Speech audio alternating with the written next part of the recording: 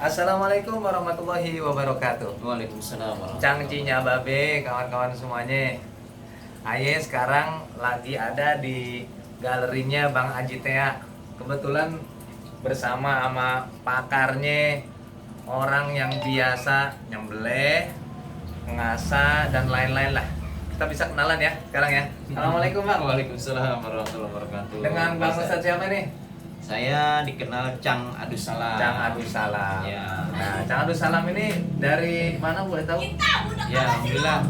Kalau tinggal sih di Lenteng Agung. Ya. Kalau aktivitas sekarang menjadi pengurus di Dewan Pimpinan Pusat Juru Sembelih Halal. Alhamdulillah. Yang disingkat Juleha Indonesia. Ingat, Cang Cinya Babe, Juleha, Juru Sembelih Halal Indonesia. Indonesia. Nah, beliau pakarnya deh kalau masalah sembilan. Nah, video ini Aye buat sengaja untuk mengedukasi masyarakat, khususnya murid-murid Aye, ya, anak-anak murid di Al-Azhar. Pelajaran tentang menyembelih hewan secara halal dan benar. Oke Bang, boleh diceritain Bang, bagaimana cara yang paling baik dan halal untuk menyembelih? Coba contohnya ayam aja deh. Oh iya siap. Ya. Jadi memang penyembelihan yang banyak dilakukan di masyarakat adalah hewan unggas ya. Ada ayam, bebek, entok, burung segala macam. Untuk sapi, kambing ya ruminansia itu memang setahun sekali. Ya. Tapi memang perlu juga sih diinfokan. Nah terkait dengan unggas ya, ayam lah yang suka kita sembelih sendiri. Kami sarankan untuk penyembelihan ayamnya selama ini kan kita berdua tuh. Iya, biasa pegangin. Yang satu megangin kaki sama sayap, yang satu nyembelih dipegang kepala, miring begini.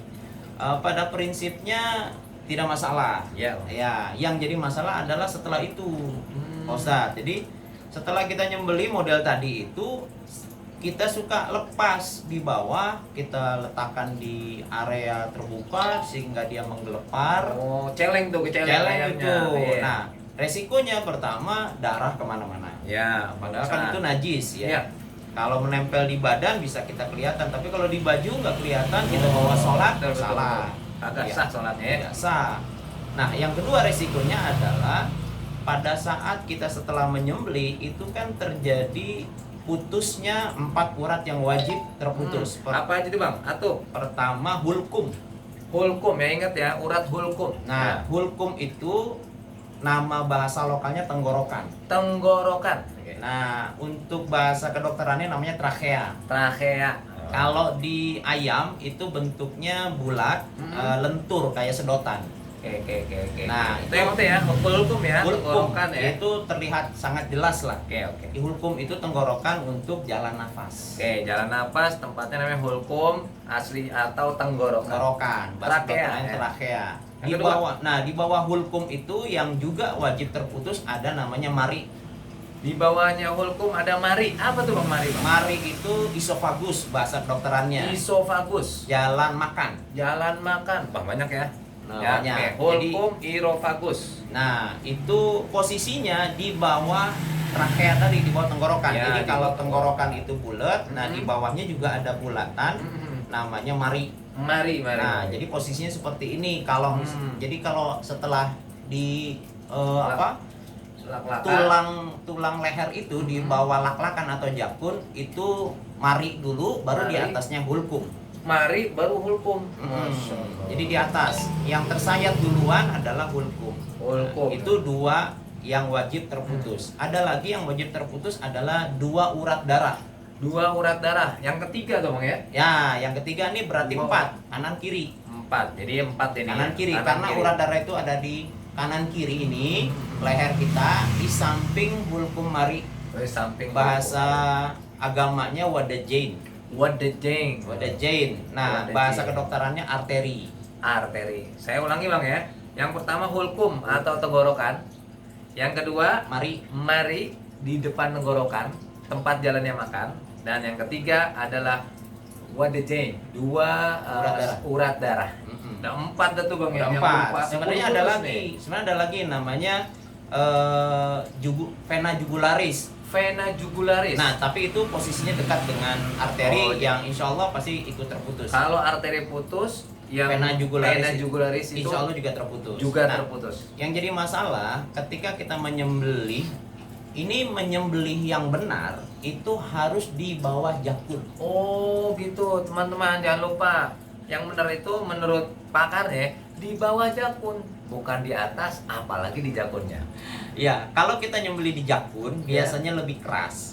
Nanti meleset, entah meleset ke atas ke arah kepala atau meleset ke bawah. Jadi beresiko. Resiko ya. Resikonya kenapa harus di bawah jakun? Jadi dalam sebuah penelitian oleh salah satu dokter hewan yang juga bergabung di Juleha, Juru Sembelih Halal, beliau meneliti 500 ekor kambing. Masya Allah. Jadi buat apa tuh Bang? untuk meneliti tingkat kematian lama, lalu efektivitas penyembelihan itu ketika di bawah jakun itu tepat. Kenapa? Gitu. Tumbuhnya hulkum mari itu ada setelah jakun. Jadi kalau ini rahang, kita seringkali mengukur nyembelih itu di bawah rahang. Oh, nggak boleh tuh Bang?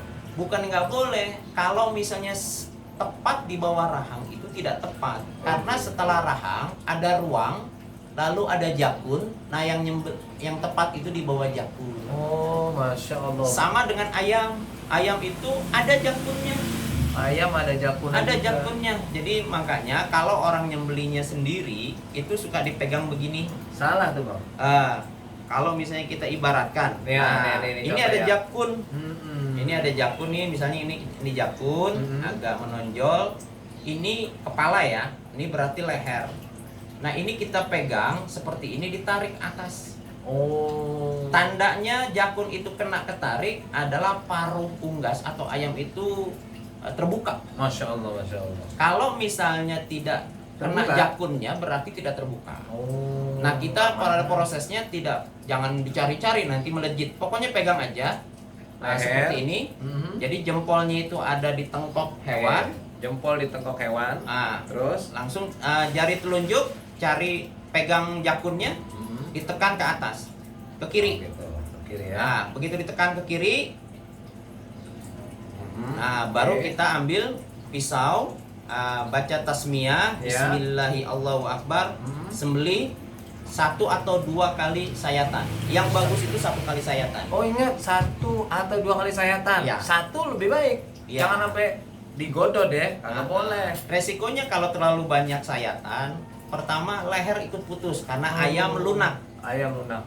Karena kalau disengaja ini khawatir jadi haram. Masya Allah. Tapi kalau tidak sengaja makruh. Halal penyembelihannya tapi dihukumi makruh oleh sebagian ulama. Gimana? Nah, kalau resikonya juga kalau terlalu banyak sayatan nanti hewan merasa sakit. Tidak ihsan. Pada perintahnya kita berbuat ihsan terhadap hewan sembelihan kita. Meskipun dia kayaknya udah dipotong tapi kudu diperlakukan baik. Padahal mau dimatiin ayamnya. Mau dimatiin aja kudu diperlakukan baik. Nah, itulah agama kita. Jadi agama kita sesuai dengan yang dijelasin tadi oleh pakar kita, Cang Abdus Salam. Cang Abdus Salam ya. Jadi udah tahu tuh dikit ya. Ntar kali-kali kita praktekin ya Cang ya. Boleh ya? Siap. Sama prinsipnya nyembeli kambing, sapi sama juga di bawah jakun. Oke.